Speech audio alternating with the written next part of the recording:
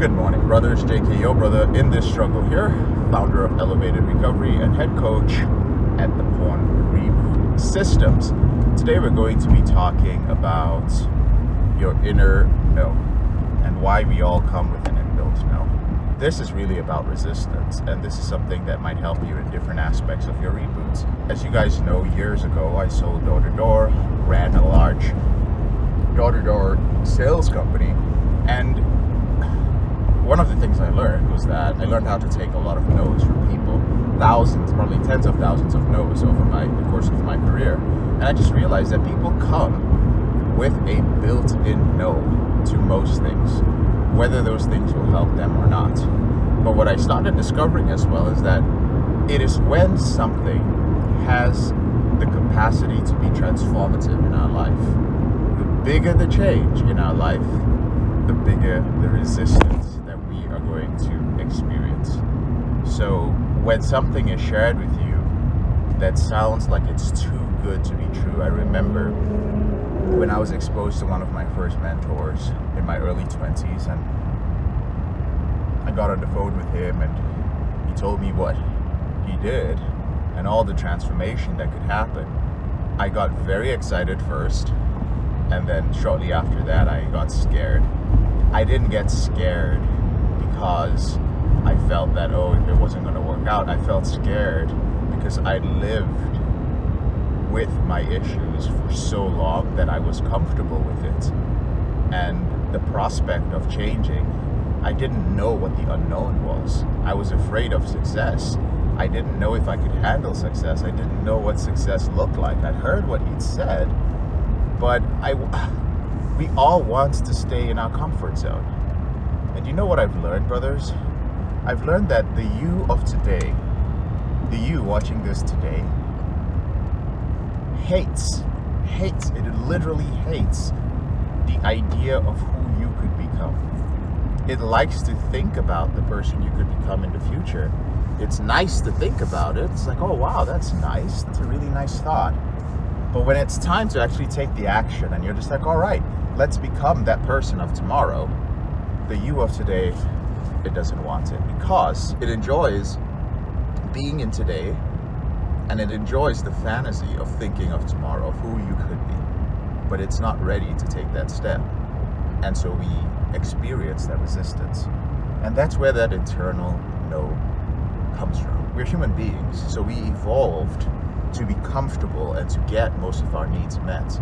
And as long as we find that we are surviving and the pain that we are experiencing, it's not so much that it's unbearable. It might be causing a lot of problems in our life. It might even be keeping us stuck. But when we look around, we're like, but I'm still okay. I'm still good. Then we evolved to stay comfortable because that's our biological imperative. Our biological imperative is not necessarily to become the best we can be, no matter how much some self-improvement guru can tell you that, it's a destiny to become the best you can be. You have to make the decision to do that. But by default, and by the way, when you're struggling with an out-of-control behavior, if you're not rock bottom, as individuals call it, then you're just living by default. You're just there, you experience negative emotion, an unresolved issue, you're lonely, whatever. You feel that you need to be rewarded for something that you've done, then you're gonna go to pornography. But that's your default. And so we all have that within us. It takes an incredible amount of effort to push yourself forward and then to gain the momentum. And of course, you have to keep this going. There needs to be a system to keep it going till you become this new person. So all I'm sharing with you all, gentlemen, is that try and be a little bit more aware of the places in your life where you experience resistance. And you don't need to do it in the tiny little parts of your life. I would say that when it comes to transformation of your relationship, of your physical health, for your mental health, for your sexual health, for your financial situation, these areas, even your spiritual life, that have a huge impact. People can see you between this year and next year, and you're a completely different person. It seems as if your life condition, rather, is very different. In some cases, you are a different person. That your personality changes. These are the most important levers to pay attention to when it comes to transformation. And all of them are going to come with a very big no attached to them. It is natural.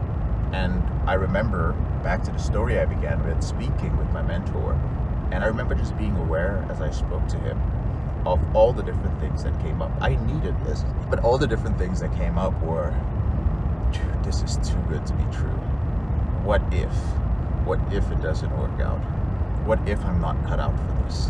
What if I screw it up? Even dumb shit like, what if I miss the flight, or the flight is delayed, and on the day I arrive there, I can't make it, and then he pulls some scammy bullshit and says, hey man, you didn't show up on time, and then he keeps my money because I couldn't really afford his mentorship at that time. All these things came up, right? Well, what if his testimonials were fake? There were just so many what ifs that came up that never came up for the years, all the years that I had followed this guy. Right, I'll tell you who the guy is, so you guys don't think I'm like, oh, Jake, you're just sharing this story. It was Mark Manson, right, from markmanson.net. I've mentioned him a couple of times that I was going to Austin, Texas to be coached by him when it came to relationships and dating. And even though I had followed him for years and I had applied the different things that he had taught me, I came up with so many excuses. That was the first time that I stepped past my fear, invested in it, and moved forward. And it did transform my life. My life was never the same again, at least when it came to my relationships with women. My life was also never the same again when it came to the way that I viewed resistance. I realized that for years there were opportunities for me to grow, and I kept saying no. And so I changed. I started saying yes to anything that could lead to transformation. All the way. And that is something that absolutely transformed my life. So brothers, this isn't directly about your behavior with pornography.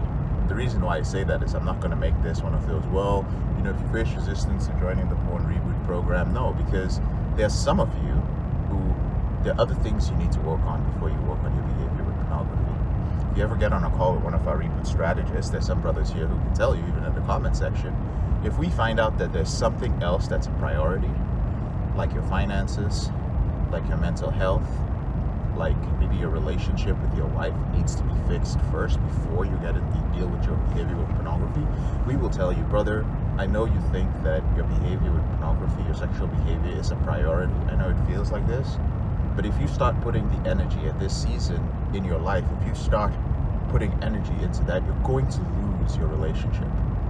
You got some other issues that you got to fix first.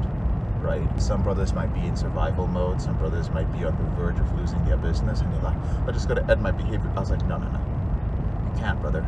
If your business is in trouble, you will not be able to focus on your reboot. You need to fix that now. And we'll give you some strategies that can help you in the meantime with your sexual behavior, but you need to focus on the right thing. So brothers, sit down. I highly recommend it. Take a moment to decide, where is the area of my life where I know I need transformation, especially as this year comes to an end? And where have I been saying no and repeatedly giving myself excuses for not doing it? And you'll know because you keep coming back to that thing. You keep coming back to that book. You keep Googling it. You keep going onto certain Reddit forums. You keep going to certain podcasts around that topic. If you find yourself doing that all the time and you're about to take the step and you don't, and you keep consuming more and more information, brother, if you've been doing that all year, chances are that's the area where you need to just take the jump, okay? So I'm gonna go work out. I'm JK, your brother in this struggle. Thank you so much for taking the time to watch this video. So if you may not know this, but we have our biochemistry challenge, which begins December 1st. There's a link to become a part of the challenge below this video. Go ahead and speak to one of our Reboot strategists. We'll be transforming your body. We'll be transforming your mind. We'll be helping you sleep better if you're dealing with anything like porn-induced erectile dysfunction or erectile dysfunction. We'll be showing you how to overcome it and become a peak performer. And I hope to begin the challenge with you on December 1st. Take care, brothers.